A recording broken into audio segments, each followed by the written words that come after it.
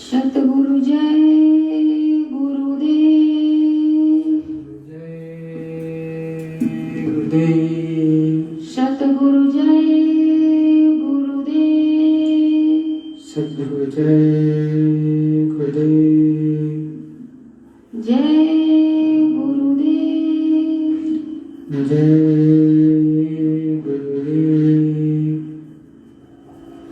गुरु महिमा है अपार जगत में, गुरु महिमा है अपार। गुरु महिमा है अपार जगत में, गुरु महिमा है अपार। गुरु कृपा से कितने ही तर गए, हो गए भव से पार जगत में, गुरु महिमा है अपार। गुरु कृपा से कितने ही तर गए, हो गए भव से पार। गुरु महिमा है अपार जगत में, गुरु महिमा है अपार। पत्थर में भी प्राण उगाते, जड़ को चेतनवंत बनाते। पत्थर में भी प्राण उगाते, जड़ को भी चेतनवंत बनाते। प्रेम दया भंडार जगत में, गुरु महिमा है अपार। प्रेम दया भंडार जगत में, गुरु महिमा है अपार। मंद बुद्धि की जड़ता हरते, मूर्ख को भी ज्ञानी करते। मंद बुद्ध की जड़ता हरते, मूर्ख को भी ज्ञानी करते। जीवन के करतार जगत में, गुरु महिमा है अपार। जीवन के करतार जगत में, गुरु महिमा है अपार। भेद भाव हृदय नहीं धरते, ज्ञान दीप से तिमिर को हरते। भेद भाव हृदय नहीं धरते, ज्ञान दीप से तिमिर को हरते। तेज पुंज अवतार जगत में, गुरु महिमा है अपार। तेज पुंज अवतार जगत में, गुरु महिमा है अपार। सब प्रेमी मिल धूम मचाओ, सतगुरु के गुण प्रेम से गाओ। सब प्रेमी मिल धूम मचाओ, सतगुरु के गुण प्रेम से गाओ। जय गुरुदेव नाम है सार जगत में, गुरु महिमा है अपार।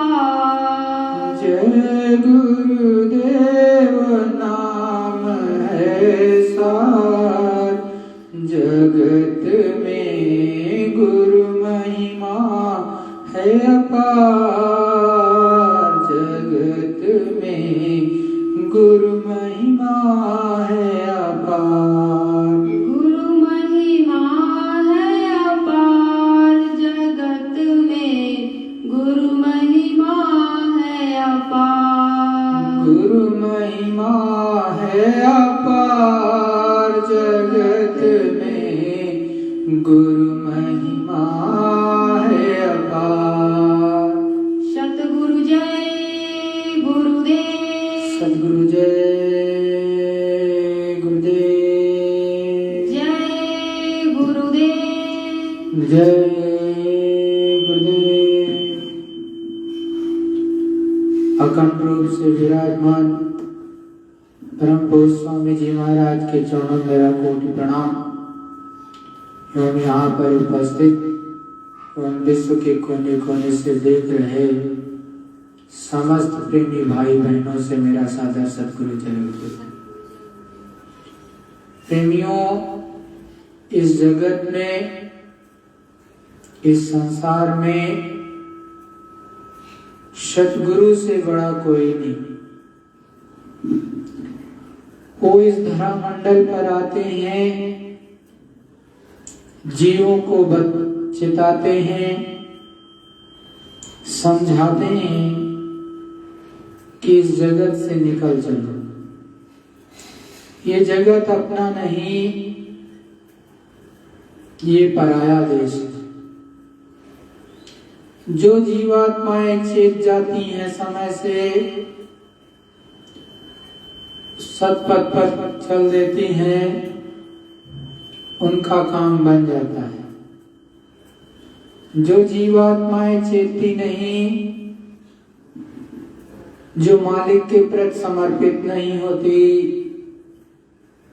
वो अपनी श्वासों की पूंजी को ऐसे ही गंवा करके यहाँ से चले जाते। हमको और आपको जो मनुष्य शरीर मिला है, बड़े भाग्य से मिला है। दूसरी बात, हमने और आपने पिछली योनियों में या पिछले जीवन में कितने ही पाप किए, कितने लोगों को मारा या कुछ भी किया, कुछ याद नहीं। ये तो जिसकी दिव्य दृष्टि पूर्ण रूप से खुली हो, मालिक की विशेष दया हो, उसे ही पता चलता है। या फिर संत सद्गुरु को पूरा पता होता है, तो उनकी दया मेहर से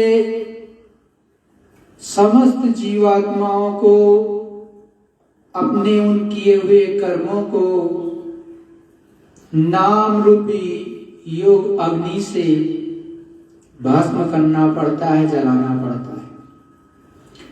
यदि आप योग रूपी अग्नि जो कि नाम के द्वारा जलती है उसको नहीं जलाओगे, तो आपके कर्म भस्म नहीं होंगे, चाहे अच्छे हों चाहे बुरे। और तब तक आपको मुक्ति मोक्ष कदापि प्राप्त नहीं होगा। हम आप आते हैं इस जगत में, इस जड़ जगत को ही अपना सब कुछ मानते हैं, परंतु सत्य यही है कि एक न एक दिन हमको और आपको यहाँ से जाना है। हम आप लाख प्रयास करते हैं कि यहाँ की चीजें हमारे अनुसार चलें, परंतु विधि के विधान के अनुसार ही सारी चीजें चलती हैं। कभी कभी यदा कदा सतगुरु की विशेष दया होती है, तो उसके अनुसार भी बहुत सी चीजें हो जाती हैं। क्योंकि संत तो दयालु होते हैं, उनका हृदय बहुत कोमल होता है, रिझाने की जरूरत होती है। वो किस बात से प्रेम से हंस करके रो करके किसी भी तरह रिझा लिए जाएं, तो आपका काम बन जाए। सतगुरु दयाल अलग अलग तरह की सेवाएं भी जारी करते, और उसमें तन की सेवा, धन की सेवा, मन की सेवा रहती। हर एक क्षण हमेशा कहते कि देखो ना, तो वो कभी धन का दुरुपयोग करते, जब तक सामने हैं तब तक वो दुरुपयोग नहीं करने देते। लेकिन अब वो सामने ना रहे, आप कहीं पर धन की सेवा दो या कुछ और करो तो वो आप जाने, क्योंकि उसके ठेकेदार वो नहीं। ये गुरु महाराज ने 1989 की सत्संग में साफ साफ बोला कि भाई जब तक मैं हूं सामने तब तक तो ठीक है, उसके बाद की मैं ठेकेदार नहीं। हाँ, ये जरूर है कि सतगुरु दयाल जब किसी को नाम धन देते हैं, जब अपने गुरु को कोई पकड़े रहता है, उनके नाम धन को संभाले रहता है, नित्य प्रतिदिन सच्चा सुमिरन ध्यान भजन करता रहता है, तो उसकी जीवात्मा का कल्याण अवश्य हो जाता है। एक न एक दिन उसको ऊपर की आकाशवाणी, ब्रह्मवाणी, देववाणी, नाद और उद्गीत सब सुनाई देने लगेंगे। लेकिन आप कहते हो कि मैं 2 घंटे भजन करता हूं, उसमें 2 मिनट भी आपका मन नहीं रुकता, तो फिर कोई फायदा नहीं। क्योंकि सुमिरन ध्यान भजन मन को रोकने की ही एक तरह से साधना है। सतगुरु दयाल ने बड़े साफ शब्दों में कहा कि यदि आप 20 सेकंड भी अपने मन को रोक लोगे तो आपको निश्चित अनुभव होगा अंदर में, आपकी दिव्य दृष्टि खुलेगी उतनी 20 सेकंड के अंदर ही, और आपको कुछ न कुछ अवश्य दिखाई देगा। ये हमको और आपको सोचना है, अपनी अंतरात्मा से पूछना है कि 2 घंटे या 1 घंटे जितनी देर हम आप बैठते हैं, तो क्या हमारा मन रुकता है? यदि नहीं रुकता है तो बैठने से कोई फायदा नहीं। वो भजन में काउंट कदापि नहीं किया जाता। जितनी देर आपका मन रुकेगा वही सच्चा भजन आपका माना जाएगा। जब मन बाहर की गुनावन कर रहा है तो फिर भजन कहां से हुआ, सुमिरन कहां से हुआ, उस प्रभु के प्रति प्रीति और प्रतीति कहां से हुई? क्योंकि मन तो किसी दूसरी चीज में लगा था, मन तो किसी दूसरी चीजों के बारे में सोच रहा था, उस प्रभु परमात्मा के प्रति समर्पित नहीं था। यदि पूर्ण रूप से उस मालिक के प्रति समर्पित होगा तो केवल आपको सामने और उस मालिक नजर आएंगे। या दिव्य दृष्टि खुल करके आपको कोई न कोई ऊपर की रचना दिखाई दे रही होगी, या वेदवाणी ब्रह्मवाणी आप सुन रहे होंगे। बाहर से संपर्क पूर्णतया कट चुका होता है, सच यही है। लेकिन जब उस तरह से साधना नहीं करोगे और आप अपने मन पर ध्यान नहीं दोगे कि सुमिरन के वक्त, भजन के वक्त, ध्यान के वक्त आपका मन कहां जा रहा है, तो फिर आप अपने समय को व्यर्थ करते चले जाओगे। गुरु महाराज ने कहा कि 2 घंटे यदि आप समय देते हो तो कुछ ना कुछ तरक्की तो होनी चाहिए। यदि 2 घंटे देने के बावजूद भी आपकी तरक्की अंतर में नहीं हो रही, आप आकाशवाणी, वेदवाणी, ब्रह्मवाणी को सुन नहीं रहे हो, या ऊपर की रचनाएं आपको दिखाई नहीं दे रही, तो कोई ना कोई गलती हमसे आपसे तो जरूर हो रही है प्रेमियों। तो उस गलती को आपको पकड़ना पड़ेगा। अपने मन को थोड़ा थोड़ा इस जगत से रोकना पड़ेगा। जहां मन जाता है वहां से अभाव आपको लाना पड़ेगा, मन को खींच करके वापस लाना पड़ेगा। यदि बारंबार प्रयास करोगे तो एक न एक दिन ये मन रुक जाएगा, और ऐसा रुक जाता एक टक कहीं नहीं जाएगा।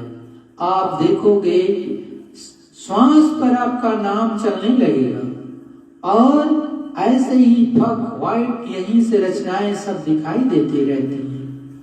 जिस दिन आप पर ये दया, ये मिहर उतरेगी, उस दिन आपको क्या पता चलेगा किस तरह से मालिक दया उतारते हैं। प्रेमियों, हमेशा गुरु को अपने सम्मुख रख करके साधना की जाती है।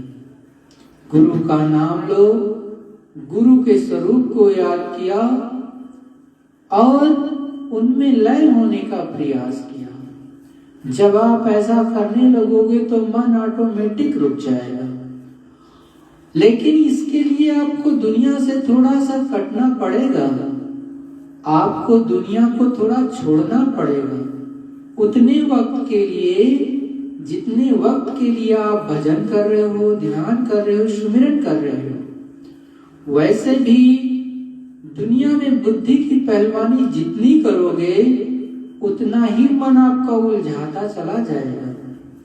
जितना आपके अंदर हविस होगी उतनी ही साधना नहीं बनेगी। आपके अंदर संतोष धन एक होना चाहिए। इसीलिए कहा गया संतोषम परम सुखम। जब आपके अंदर संतोष धन आ जाएगा तो आप किसी से ईर्ष्या नहीं करोगे। दूसरे की वस्तुओं को न ऐसे समझोगे वो तो हमारी है ही नहीं, हमसे क्या मतलब है। और आप अपने आप को इस दुनिया में इतना मत रमने दो कि अंतर जगत से कट जाओ, क्योंकि ये दुनिया के सामान जितने भी हैं इस शरीर की रक्षा के लिए है, इसके अलावा और किसी चीज के लिए नहीं। उस प्रभु परमात्मा ने हमको आपको जो भी वस्तुएं इस संसार में दी हैं उससे काम लेने की जरूरत है कि आपकी शरीर की रक्षा हो जाए। उसको बटोरने का प्रयास ना करो, उसको ये ना सोचो कि ये सब का सब पूरी दुनिया की चीजें मेरी हो जाए। यदि ये हविस हो गई तो कदापि आपकी साधना नहीं बनेगी और कदापि एक झलक भी आप प्रभु राम का नहीं देख सकते, जो कि 3 लोगों के मालिक हैं। जो ऊपर में बैठे हुए 3 लोगों के मालिक हैं, उनकी झलक नहीं मिलेगी। दूसरों की तो छोड़ दीजिए, ऊपर की और ऊपर ब्रह्म की, उसके ऊपर पार ब्रह्म, उसके ऊपर महाकाल और सत्पुरुष करतार। जब तक सत्पुरुष करतार की आपको झलक नहीं मिलेगी, उनका दर्शन दीदार नहीं होगा, तब तक आपको सत्यलोक में बैठने की जगह कहाँ मिलेगी ठहरने की। क्योंकि सद्गुरु दयाल ने बताया, जब आप साधना करते हो तो धीरे धीरे ये जीवात्मा ऊपर चढ़ती है। पहले उस मालिक की विशेष दया होगी, पहले स्थान पर पहुंचोगे, फिर आगे फिर साधना करोगे तो ब्रह्मलोक में पहुंच जाओगे और फिर जब मालिक की दया होगी, साधना अच्छे से करते रहोगे तो पार ब्रह्मलोक में पहुंचोगे। मानसरोवर में भी स्नान आपका होगा। तत्पश्चात ऊपर की तरफ धीरे धीरे करके जो है महाकाल के देश में पहुंचोगे और उसको भी पार करके तब सत्पुरुष करतार के दरबार में पहुंचोगे। और वहां पर भी आपको एक बैठने ठहरने की जगह बनानी पड़ेगी। कैसे? एक टिकने का स्थान बनाना पड़ता है। आप कहोगे कि नहीं, ऐसा नहीं है। प्रेमियों, गुरु महाराज का एक एक सत्संग गुड़ से गुड़ जो सुनाते हैं उसमें बैठ करके सुनोगे तो ये बात गुरु महाराज आपको बताते हुए मिलेंगे, क्योंकि मैं अपनी तरफ से नहीं ये चीजें बता रहा, ये गुरु के वचन है। तो आपके अंदर धीरे धीरे धीरे कर शब्द सुनते सुनते सुनते ताकत आती है, एक शक्ति आती है और ऊपर में बैठने का एक स्थान बन जाता है। जब आप एक स्थान बना लोगे तो वहीं पर जीवात्मा जाकर के रुकेगी, टिकेगी। और यदि आपने स्थान नहीं बनाया तो ये ऊपर से नीचे आ जाएगी और देखो उसके ऊपर में भी अलग लोग, अगम लोग, अनाम लोग हैं। वहां पर भी शब्द ही चलता है, शब्द के सहारे ही वो जीवात्माएं वो उस देश में भी जाती हैं, कोई दूसरा माध्यम नहीं है।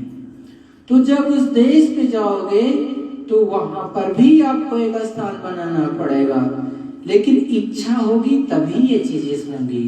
इच्छा अगर आप सत्यलोक की बांध लोगे तो सत्यलोक में ही आपका स्थान बन जाएगा, लेकिन ये इच्छा बांधोगे कि हमें तो केवल अपने सतगुरु के धाम में जाना है, अपने गुरु महाराज के ही धाम में जाना है अनाम लोग, तब आप वहां पर अपना स्थान बनाओगे। जब वहां बनाओगे तो आपका काम बनेगा, और नहीं तो फिर नीचे ही जैसे एक चिड़िया होती है, एक घोंसला बना लेती है किसी स्थान पर, तो वो घूमने टहलने के लिए तो कहीं जा सकती है, चारों दिशाओं में 10 दिशाओं में वो जाएगी, लेकिन शाम को जब होगा, शाम जब होने को होगा तो वो चिड़िया अपने घोंसले पर वापस आ जाती है। इसी तरह से ये सुरत, ये जीवात्मा जो अपना मुकाम बना लेगी, जो बैठने का एक स्थान बना लेगी, चाहे अलग में रहोगे, अगम में रहोगे, अनाम में रहोगे, तो वहीं पर उस स्थान पर वो वापस लौट करके आएगी, वहीं ठहरेगी। तो प्रेमियों, अपने गुरु की वाणी पर हमेशा विश्वास करना चाहिए। दुख आए सुख आए, ये जगत की चीजें चलती रहेंगी, अपने गुरु पर कभी अविश्वास नहीं किया जाता है, क्योंकि हमको और आपको पूर्ण भविष्य का ज्ञान नहीं, न पूर्ण भूत का ही है कि क्या मैंने पीछे किया है। वैसे मालिक की दया होती है तो कुछ जन्मों का आगे का भी बता देते हैं और कुछ जन्मों का पीछे का भी बता देते हैं, लेकिन ये मालिक की विशेष दया होती है, ये सतगुरु की विशेष दया होती है, क्योंकि अब हर चीज तो इतना बृहद है अंतर का ज्ञान कि पूछो मत। यहाँ की किताबें कागज सब खत्म हो जाए, वो लिखने में नहीं आ सकता। ये तो जब जीवात्मा देखती है तब उसको तो अंदर में याद होता चला जाता है सारी चीजें, क्योंकि ये ऊपर की रहने वाली है, नीचे की नहीं, तो उसको सारी चीजें याद होती जाती जब ये धीरे धीरे ऊपर देखना शुरू करती, हर चीज को समझने लगती है। लेकिन प्रेमियों, इतना वो बृहद है कि सतगुरु देव कहाँ तक आपको ये सब बताएंगे। आपने का न जाने कितनी बार जन्म हुआ होगा और न जाने कितनी बार मरण हुआ होगा, तो आपने अलग अलग जन्मों में अलग अलग तरह के कर्म किए जो सूक्ष्म से सूक्ष्म हैं, जिनको आपको ध्यान भजन सुमिरन के द्वारा खत्म करना है। यदि ये खत्म नहीं हुए तो निश्चित रूप में आपको पुनः मनुष्य शरीर मिलेगा और सतगुरु दयाल भी मिलेंगे, वक्त के सच्चे शब्द मिलेंगे। लेकिन अगर इसी जन्म में आप कर लो तो गुरु की विशेष दया होगी, पार कर देंगे, और नहीं तो फिर से आना पड़ेगा, तो उससे कोई फायदा नहीं। तो जितना भी हो पाए मोह से कटो, जितना हो पाए जगत से थोड़ा कट करके रहो। और इसीलिए कहते भी कि मोह सकल व्याधिन कर मूलम, मोह सकल संपूर्ण व्याधियों की जड़ है। आप जितना ज्यादा से ज्यादा किसी से मोह नहीं करोगे उतना अच्छा आपके लिए। निर्लिप्त भाव में रहो, जब निर्लिप्त भाव में रहोगे तभी इस जगत को छोड़ करके आसानी से अपने परम पिता परमेश्वर के साथ जा सकते हो, अन्यथा मन आपको जाने नहीं देगा, क्योंकि ये इसका काम ही कि ये चलायमान है। अभी 1 सेकंड तो यहाँ रहेगा और 1 सेकंड नहीं बीतेगा मुंबई पहुंच जाएगा, अभी वहां 1 सेकंड नहीं रहा चेन्नई पहुंच जाएगा। मतलब आपकी जहां जहां पर वासनाएं हैं, जहां जहां लगाव है, ये वहां वहां पहुंच जाएगा 1 सेकंड में। आप कहोगे ये क्या हो रहा है, और आप देखो कोई काम करते करते भी आपका मन क्या क्या सोच डालता है। तो ये जब इसका विस्तार जगत में इतना है, तो जब इधर से लगाव कम करोगे, खत्म करोगे, तभी तो प्रभु की तरफ लगाव होगा। आपका तो चिंतन कभी उस मालिक के लिए होता ही नहीं कि हे मालिक, हे प्रभु परमात्मा, आपने मुझको ये तन दिया, हमने आज तक आपका दर्शन नहीं किया, हमें आपके दर्शन करने हैं। आप किस तरह के हो, हम आपको देखना चाहते हैं। कभी ये भावना तो उठती नहीं, केवल बाहर में ही लगे रहते हो। तो अंदर जब तक नहीं धसोगे कोई काम नहीं होने वाला। बाहर की दुनिया नाशवान है, ये खत्म होगी आज नहीं तो कल। सतगुरु जय गुरुदेव। देखो प्रेमियों, ये गुरु महाराज का मुखारबिल का सत्संग आप उसे सुन लो। ये गुरु महाराज का 7/12/1989 का 7:30 बजे प्रातः काल का सत्संग है। महात्माओं ने सनातन से रास्ता तैयार करके रखा है। भगवान तो बताने के लिए नहीं आएंगे, ना तो ईश्वर आएंगे, ना ब्रह्मा बताने के लिए आएंगे, ना पार ब्रह्मा आएंगे, ना महाकाल पुरुष आएंगे, और ना ही दीन दयालु पुरुष आएंगे। उन्होंने एक निर्धारित सनातन रास्ता हमेशा के लिए कायम बना रखी है। उसी सड़क से मंडलों की विभूतियां एक ही रास्ते से उतर कर आती हैं। यह तो ठीक है, सहज भाव हो सकते हैं कि कलकत्ते से चलोगे दिल्ली के लिए तो शहर पड़ेंगे। इसी तरह से ब्रह्मांडों में बहुत मुकाम है। अपने अपने मुकामों से नीचे इस भूमंडल पर महान आत्माओं का उतार होता है। तो रास्ता सबका एक ही है, दो रास्ते नहीं। अपने अपने रास्तों से वापस होकर अपने अपने मंडलों में जा समाती हैं। लेकिन संतों का जो रास्ता है सर्वोपरि है। वो सभी मंडलों को पार करते हुए और अपने सत्पुरुष धाम में आते जाते रहते हैं। संतों के भेद को नहीं जान पाते कि ऊपर में क्या होगा, लेकिन संत सबका भेद जानते हैं। इसीलिए एक ही रास्ता आने का और एक ही रास्ता जाने का। अब मुकाम और मंजिल अलग अलग है।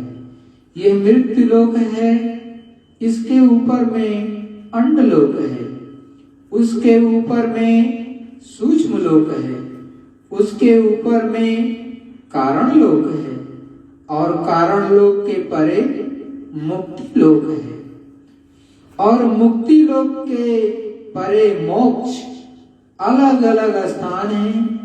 मुक्ति और मोक्ष एक नहीं हो सकता। इन सबके स्थान अलग अलग हैं। तो मृत्यु लोक अलग है, और मृत्यु लोक के ऊपर में लिंग लोक अलग है। लिंग लोक के ऊपर में सूक्ष्म लोक। ये दोनों एक नहीं हो सकते, अलग अलग हैं। और कारण लोक अलग है। इन सब लोगों से अपने अपने अधिष्ठाता के आदेश अनुसार यहाँ की आत्माएं यहाँ भेजी जाती हैं। जो अपने अपने अधिष्ठाता का के प्रतिपादन और पूजा पाठ और ध्यान कराती हैं। लेकिन संत जब सतलोक से आते हैं, फिर तो वो सबकी पूजा कराते हैं, किसी को छोड़ते नहीं। जो मंजिल पर जो अधिष्ठाता विराजमान है, सबकी पूजा करा देते हैं, और करा करके जीवों को उसी रास्ते से निकाल कर ले जाते हैं। ये रास्ता एक है, दो रास्ते नहीं। लेकिन जब आप अज्ञान में आकर फंस गए, जीवात्मा चेत हो गई, तो इंद्रियों के अनेकों रास्ते हैं। बुद्ध के बहुत संशय रास्ते हो गए। ये सोचा जाता है कि इस रास्ते से गति हो जाएगी, स्वर्ग मिल जाएगा, वैकुंठ मिल जाएगा। वैकुंठ और स्वर्ग और वैकुंठ की विशेष महिमा नहीं है। अन्य युगों में तो स्वर्ग और वैकुंठ की बहुत महिमा थी, लेकिन यह सबके नीचे का प्रारंभिक यानी मंडल है। और इस मंडल को जब आप पार करके साधक अपनी जीवात्मा को नाम के द्वारा चढ़ाकर ले जाता है, तो ये सब रास्ते में पड़ते हैं और इसकी कोई महिमा नहीं, क्योंकि पूर्ण क्षीणे मृत्यु लोके, कुछ भी करके अगर आप वैकुंठ या स्वर्ग प्राप्त करो तो क्षीण होने पर फिर मृत्यु लोक में पुनः जन्म और मरण की पीड़ा में आना पड़ता है। और फिर कोई खराब काम बन गया तो 84 और नरकों की यातनाएं उठानी पड़ती हैं। इसीलिए संत मत में इसका कोई मूल्य नहीं है। ये बताया जाता है कि रास्ते के स्थान हैं और इनमें और उनमें देवी देवता, और इनमें ये ब्रह्मा विष्णु महादेव, इसमें ये शक्ति और इसमें ये ईश्वर और माया और ब्रह्मा प्रकृति और पुरुष मिलेंगे अपने स्थानों पर, और तुमको इसके पार जाना है। जब अपना लक्ष्य बन जाएगा अपने घर में जाने का, तो निशाना इरादा पक्का होना चाहिए। आशा आपकी अपने घर में जाने की होनी चाहिए। उसी के मुताबिक फिर साधक जब साधना में लग जाता है तो उसकी उन्नति, तरक्की, अभ्यास बढ़ता जाता है, उसे अनुभव होता जाता है। लेकिन जब इरादा पक्का, जब निशाना आपका सही नहीं रहेगा, तब आप डमाडोल रहोगे और हर वक्त डमाडोल स्थित रहती है।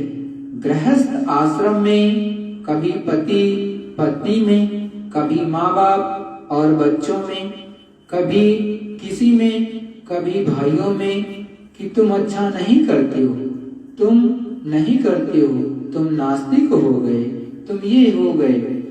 लेकिन सही बात यह है कि संत मत कभी नास्तिकता को नहीं सिखाती। वो तो ये बताता है कि देवी भी है, देवता भी है, स्वर्ग भी है, वैकुंठ भी है, ब्रह्मा भी है, विष्णु भी है, शिव भी है, और उसके साथ में पार्वती भी है, लक्ष्मी भी है, शक्ति भी है और पुरुष भी है, माया भी है और ब्रह्मा भी है। वो सब चीज का बराबर प्रतिपादन कराकर, पूजा कराकर, हवन कराकर इनसे निकाले जाते हैं। अगर आप चलने में, मार्ग में किसी से लड़ जाओगे तो मार्ग रुक जाएगा। अगर आप चलने में मार्ग में किसी से लड़ जाओगे तो मार्ग रुक जाएगा। संत मत ये नहीं सिखाता किसी से लड़ो मत, किसी की निंदा बुराई मत करो, जो जहां है उसकी प्रशंसा करो। और यही संत मत की सफलता है। अगर इस कलयुग में किसी की बुराई करने लगोगे तो आप साधना नहीं कर सकोगे और ना आप सिद्ध हो सकती हो। तो जब बुराई से मुक्त हो जाओगे, जहां जो है उसकी प्रशंसा करोगे, उसकी पूजा करोगे, तब आपको निकल जाने देगा। इसी तरह से गृहस्थ में अपनी अपनी जातियों में संभाल कर रहा जाता है।